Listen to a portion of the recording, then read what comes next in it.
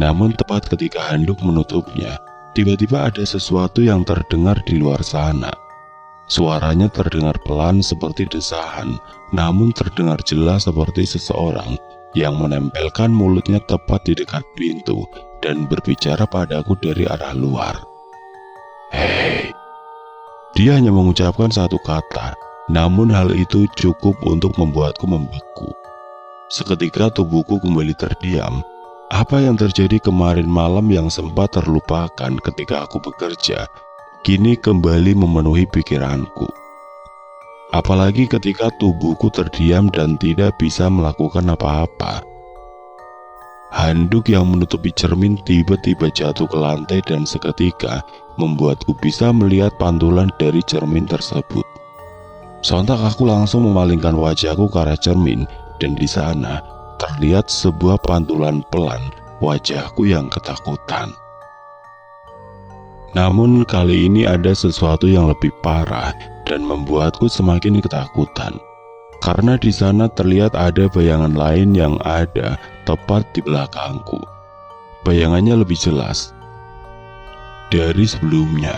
Bahkan aku bisa dengan jelas bahwa ada wajah lain selain diriku dari balik cermin yang aku lihat itu. Terlihat di sana ada seseorang anak wanita yang berambut panjang berada tepat di sisi kiri bahuku. Dia berdiri diam, seolah-olah berdiri tepat di belakangku dengan sebagian wajahnya yang tertutup oleh rambutnya yang panjang. Wajahnya tampak menghitam sehingga aku tidak jelas melihat wajahnya. Namun aku bisa tahu bahwa dia wanita karena rambutnya yang panjang. Sontak hal itu membuatku mundur beberapa langkah. Lututku tiba-tiba bergetar hebat dengan nafasku yang berat. Aku mencoba memahami yang terjadi atas apa yang terjadi. Namun sebelum aku bisa berpikir lebih jauh atas apa yang aku lihat, tiba-tiba aku mendengar suara lagi yang kali ini terdengar lebih keras dari pintu yang tertutup rapat di sana. Tok tok tok. Terdengar 3 ketukan yang terdengar dari pintu depan. Dan hal itu membuatku tidak bisa bergerak di ruangan tengah. Mataku bergantian memandangi pintu dan cermin yang ada di kamar mandi. Dan tidak lama kemudian ketukan itu terdengar lagi. Bahkan kali ini terdengar lebih keras dari biasanya. Tok tok tok. Selain suara ketukan itu terdengar suara yang lain, seperti suara di lorong yang nampak hidup. Suara itu terdengar seperti ada beberapa orang yang berjalan hilir mudik di antara lorong yang ada di lantai 3. Mereka seperti berbincang satu sama lain. Mereka tertawa, bahkan terdengar beberapa kali memukul pelan tembok unit yang ada di luar sana. Entah apa yang terjadi di luar sana, namun suara itu seperti meredakan suara ketukan yang terjadi kepada unitku pada saat itu. Sepertinya itu adalah para penghuni lantai 3 yang lain yang mungkin saja baru pulang sehingga membuat lorong itu menjadi ramai. Namun bukannya lega karena ada suara lain yang aku dengar. Aku malah merasakan jantungku semakin berdetak dengan kencang. Seperti ada sesuatu yang membuat tubuhku ini ketakutan di antara suara yang ramai di lorong sana. Aku sepertinya ketakutan atas apa yang terjadi di ruangan itu. Dan suara yang ramai ini tidak bisa membuatku tenang sebelum aku melihat apa yang terjadi di lorong tersebut. Aku berusaha untuk membuat tubuhku bergerak. Dan tidak lama kemudian setelah aku bisa menggerakkan tubuhku secara perlahan, aku langsung menutup pintu kamar mandi dan berlari ke arah pintu depan agar aku bisa bertemu dengan manusia lain selain diriku di luar sana. Sehingga aku dengan cepat membuka pintu depan dan melihat apa yang terjadi di luar sana. Meskipun tepat ketika aku membuka pintu tersebut, tiba-tiba, astaga! Apa yang aku harapkan rupanya tidak terjadi, karena lorong itu kosong seperti biasa. Tidak ada manusia seperti diriku di lantai 3 ini. Bahkan ada sesuatu yang mengejutkan, yaitu ada sesuatu yang aku lihat tepat di depan mataku pada saat itu. Di depan unit 33 terdapat seorang anak wanita yang berdiri dan menatapku pada malam itu. Tubuhnya kurus, sangat kurus, sehingga tulang-tulangnya tampak menonjol di balik kulitnya yang pucat dan menghitam. Rambut panjangnya terurai dan bergelombang seperti tidak terurus, dan sebagian rambutnya menutupi wajahnya. Namun yang paling mencolok adalah kondisi tubuhnya. Sebagian kulitnya menghitam dan hangus, seperti daging yang terbakar. Pakaiannya robek dan penuh dengan bekas yang gosong. Tubuhnya pun terlihat penuh luka dan terlihat dengan jelas dari balik baju dan celananya yang bolong dan sobek di beberapa tempat. Anak itu hanya berdiri dan diam sambil menatapku dalam tatapan yang kosong. Tapi secara perlahan bibirnya melengkung dan membentuk senyuman yang menyeramkan. Lalu tidak lama kemudian dia kembali berkata, "Hai." Suaranya terdengar serak, dan suara itu sama seperti suara yang aku dengar dalam beberapa hari ini.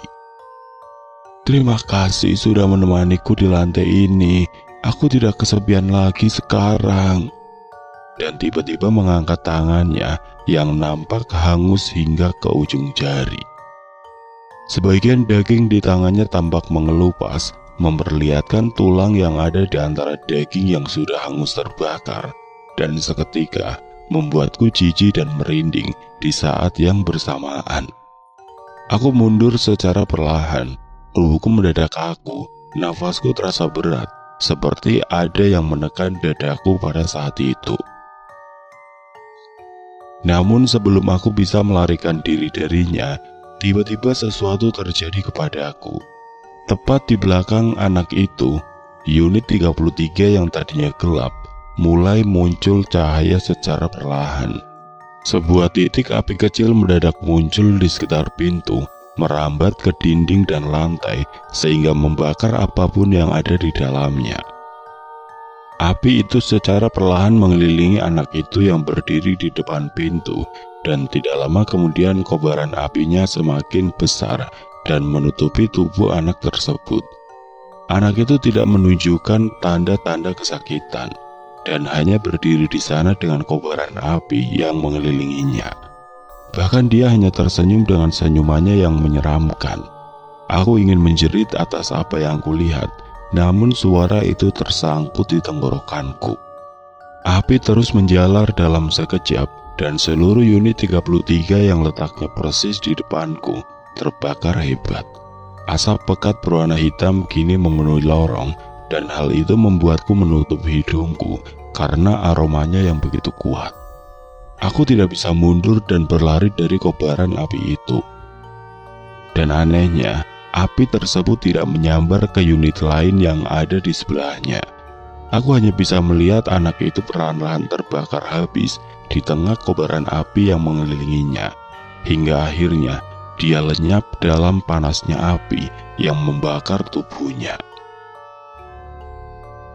Sontak, tepat ketika aku sadar bahwa hal itu adalah hal yang benar-benar menakutkan, aku memaksakan diri untuk berteriak, mengeluarkan semua tenagaku karena aku tidak tahan atas apa yang aku lihat pada saat itu. Aku menjerit sekeras-kerasnya, dan suaranya menggema di seluruh lorong lantai 3 yang sepi itu. Dan setelah itu entah mengapa pandanganku mendadak kabur, dan secara perlahan semuanya berubah menjadi gelap, sehingga aku tidak ingat lagi apa yang terjadi setelah kejadian itu. Aku terbangun dengan kondisi tubuhku yang tersungkur di kamar mandi. Kepalaku mendadak berat dengan mataku yang sulit terbuka. Cahaya yang masuk melalui celah tirai membuatku sadar bahwa sekarang sudah pagi, dan ketika aku menoleh ke arah jam dinding, aku benar-benar kaget karena sekarang sudah jam 10 pagi. Dengan kondisi tubuhku yang masih lemas, aku mengambil ponselku pada saat itu, dan beberapa panggilan tidak terjawab, dan itu adalah panggilan dari atasanku. Aku tahu bahwa aku seharusnya panik dengan kondisi tersebut, namun pikiranku terlalu kacau Kejadian semalam membuat kepalaku pusing atas apa yang aku alami. Entah itu mimpi atau kenyataan, namun semuanya nampak begitu nyata. Dan aku benar-benar bingung dengan hal tersebut. Setelah memulihkan diriku, aku menelpon balik atasanku dan meminta maaf atas apa yang terjadi. Aku berkata bahwa aku jatuh dari tangga rusun, sehingga aku tidak bisa masuk untuk hari ini.